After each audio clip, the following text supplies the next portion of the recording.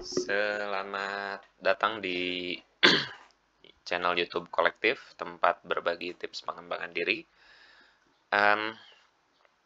Kali ini kita akan bahas tentang hal-hal yang ya sebenarnya cukup sering ditanyakan oleh anak-anak muda gitu ya. Tidak bisa memanage waktu, terus waktu selalu terasa tidak cukup ya. Terus merasa burn out misalnya, terlalu lelah dan seterusnya. Gitu. Oke. Nah, sebenarnya kan ini diawali dari pilihan kita ya tentang apa yang kita jalani dalam hidup gitu, entah itu kerjaan, entah itu studi gitu, entah itu organisasi, kerja sambilan dan seterusnya gitu. Nah, tapi yang jelas sebetulnya manajemen waktu itu kan kata kuncinya satu, yaitu di prioritas gitu. Nah, mana yang dapat prioritas lebih? Oh, semuanya penting. Nah, itu keliru berarti. Pasti ada yang lebih penting dari yang penting gitu. Nah, prinsipnya banyak, tapi dalam pengalaman saya sih ya, saya bisa bagi waktu gitu ya, dan tidak merasa kelelahan. Bukan tidak capek ya, capek mah ada gitu. Tapi selalu bisa di manage sampai batas saya bisa tetap mengendalikan diri saya gitu.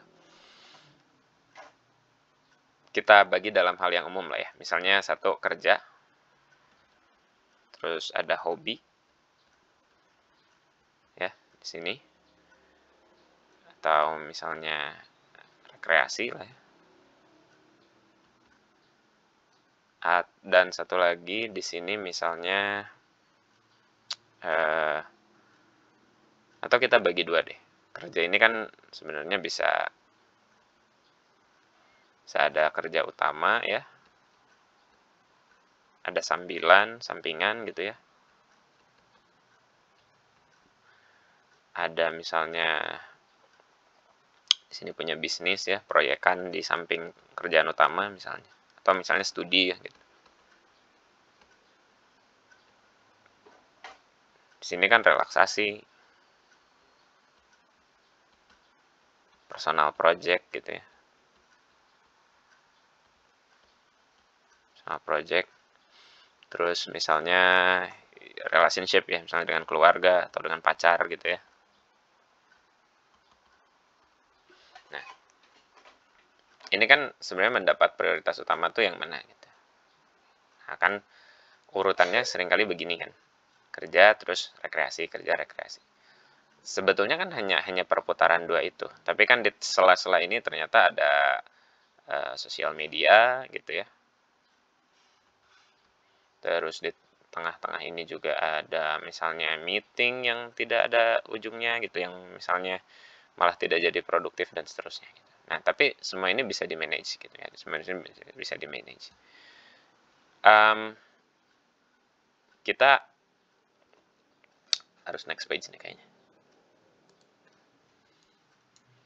Kita biasanya bagi kalau saya biasanya membaginya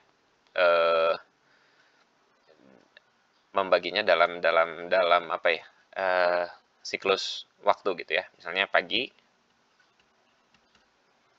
terus ada siang kan gitu, ke sore dan malam, itu kurang lebih gitu. Tiap orang mungkin bisa beda, tapi ini kalau saya ya, saya sih membaginya gini, kalau kerja itu misalnya kerja yang tipenya adalah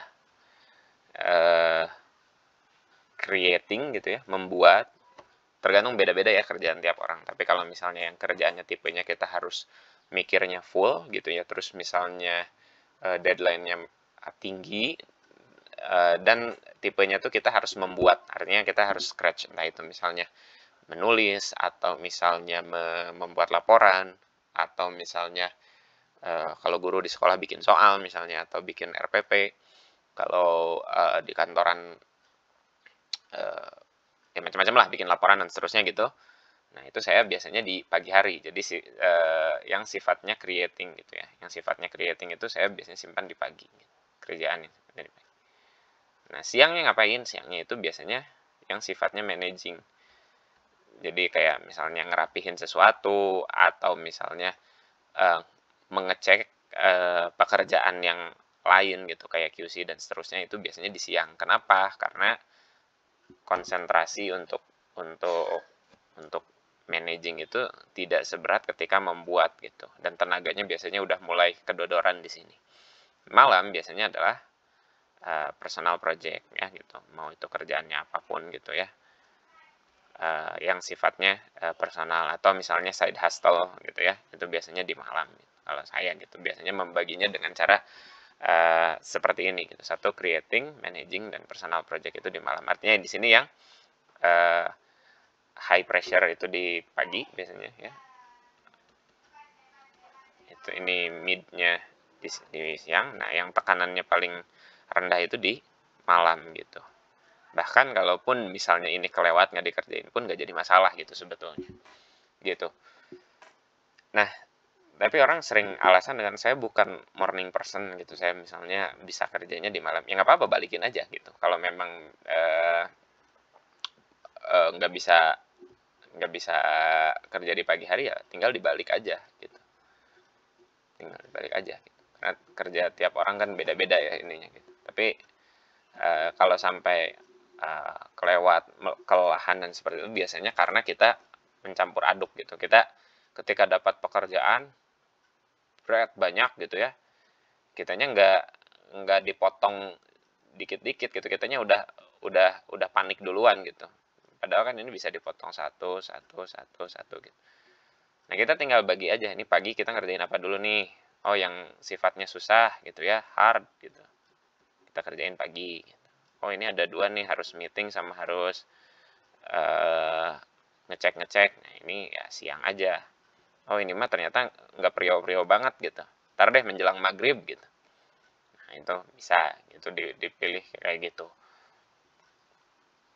Itu kebanyakan karena kita nggak nyusun prioritas gitu ketika ketika ada kerjaan itu. Jadi urutannya kalau saya biasanya nyimpannya adalah satu, deadline mepet ya, plus kesulitan ya gitu. Jadi hard ini harus jadi yang pertama gitu.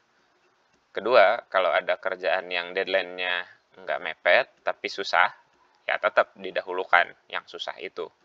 Kalau yang susahnya udah beres kan sisanya tinggal yang gampang. uh, Artinya deadline nggak mepet, terus kerjaannya easy gitu ya. Nah, itu bisa nanti gitu, bisa setelahnya. Gitu.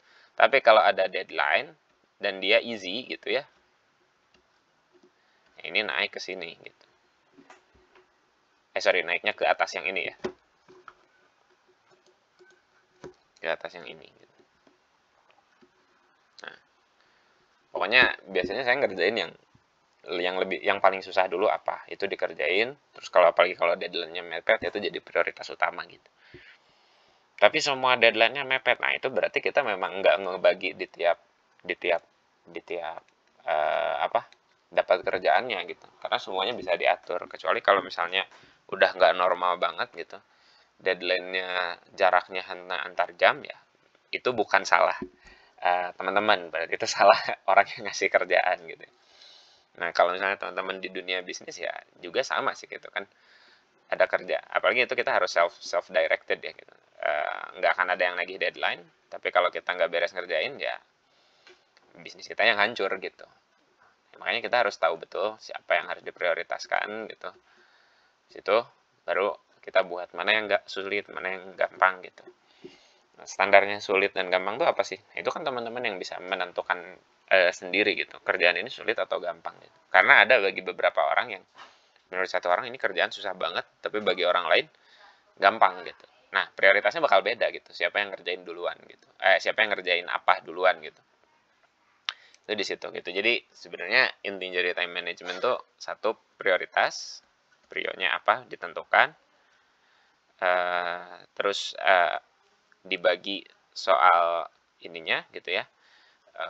Apa tadi, tipe pekerjaannya, apakah dia create gitu ya, ataukah manage, atau apalagi gitu di sini. Terus setelah itu lihat tentang ininya ya gitu, deadline-nya, kesulitannya, dan kemungkinan dia dikerjakannya cepat atau lambat gitu ya, slow atau fast-nya gitu. Nah, kalau misalnya udah ngebagi gini sih biasanya kita bisa bikin, bukan jadi kita nggak capek ya, tetap aja ada perasaan lelah gitu. Cuma kita nggak merasa kayak dikejar-kejar, terburu-buru. Kita akan selalu bisa punya waktu untuk ya bercengkrama dengan keluarga karena kita udah ngeposin gitu, udah disimpan di tiap posnya gitu. Jadi misalnya dapat kerjaan, nah ini jam 8 nih sampai jam 12 itu saya nggak akan megang handphone gitu ya, nggak akan megang handphone, nggak akan YouTube gitu ya, nggak akan YouTube gitu, coret, nggak akan buka apa-apa. Ini fokus untuk kerja gitu ya, fokus untuk bikin sesuatu. Nanti misalnya jam 12 sampai jam 1 ada break dulu lah gitu. Nanti managing nih dari jam 1 sampai jam 3 itu kita fokus, nggak usah mikirin yang lain gitu. Nanti tetap akan ada waktu-waktu di mana kita tuh break gitu. 4 sampai 5, ini bisa ngopi dulu misalnya. Nah, nanti mau terus misalnya pulang ke rumah, mau ngerjain passion projectnya jam 8, misalnya jam 8.00 gitu. Ya nggak jadi masalah juga, nanti kan kita misalnya sampai jam 10 gitu ya malam. Nah, habis itu ada waktu nggak sama keluarga? Kalau nggak ada, kalau misalnya ada ngobrol sekian menit gitu, setengah jam gitu, nah kita bisa tidur jam 22.30 gitu. Tapi ada nih yang kerjaannya sampai malam banget, ya nggak apa-apa sebetulnya, sama aja kalau kita bisa manage gitu di waktu mana kita ngerjainnya, kita devote seluruh pikiran dan perasaan kita di situ gitu ya, di kerjaan itu pada waktu yang udah kita set up, kita akan selalu punya tempat gitu untuk hal-hal lain gitu. Kecuali kalau misalnya udah ini udah benar-benar nggak sehat ya, teman-teman bisa menilai sendiri apakah layak untuk dilanjutkan atau enggak pekerjaannya. Kalau misalnya aduh butuh banget ya, di situ berarti kita harus sabar sampai sampai kita terus bisa memanage si waktunya itu, karena nanti itu juga by proses ya, tidak langsung bisa gitu, tapi harus dari kebiasaan. Itu kurang lebih untuk manajemen waktu ini, mudah-mudahan bermanfaat. Sampai ketemu lagi di video berikutnya. Thank you.